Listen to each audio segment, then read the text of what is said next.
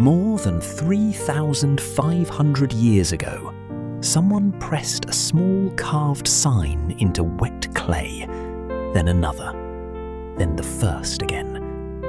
The method could repeat a message. History did not.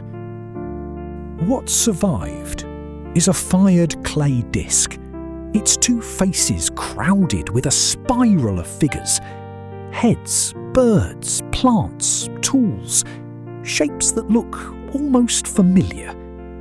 Every mark is visible. None of them gives us a voice. On July 3, 1908, Italian archaeologist Luigi Pernier found the disc in a room of the palace of Phaistos on Crete.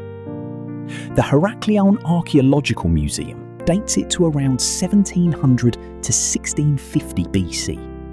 An object from the Minoan Bronze Age, recovered thousands of years after the hands that made it had vanished. To Pernier, it was an artefact. To everyone who came after him, it became a challenge. The signs were not written one by one with a stylus. While the clay was still soft, small seals or dies were pressed into it, leaving 241 impressions across both faces. Incised lines divide them into 61 groups. Groups we usually call words, although no one has proved that they are. Near the outer edge, a line marked with 5 dots indicates the usual starting point. From there, the sequence curls inward, turn after turn toward the center. The path is clear. The destination is not. Some groups return, like a shape remembered and stamped again. Repetition is the first promise of language, perhaps an ending, a title, a refrain. The museum notes that these recurring groups may support the idea of a hymn or an incantation. But repetition can reveal structure without revealing meaning. A chorus is only a chorus after somebody knows the song. The stamps show that signs could be repeated. They do not prove that another copy of this text ever existed.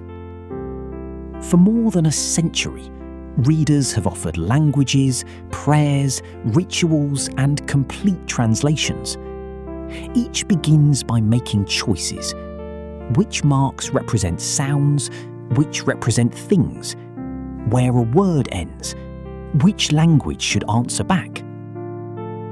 On a longer inscription, those choices would have consequences. A proposed sound would return in new places.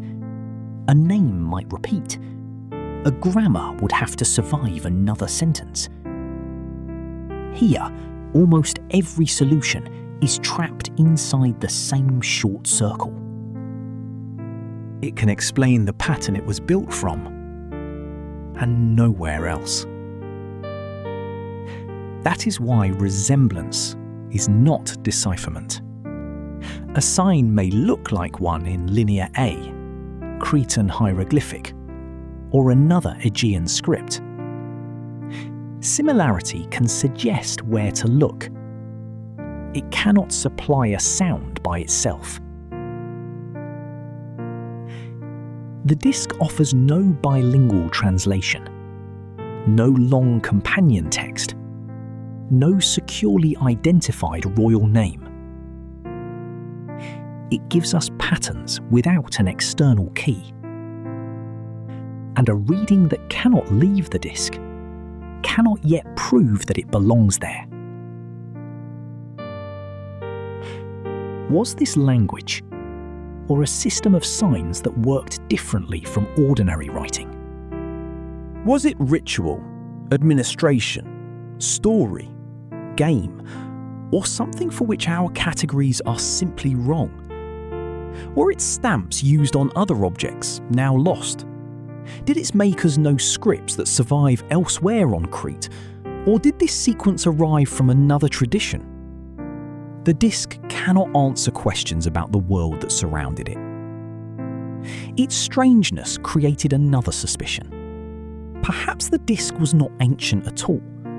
A unique script, an unusual technique, a discovery with no obvious twin.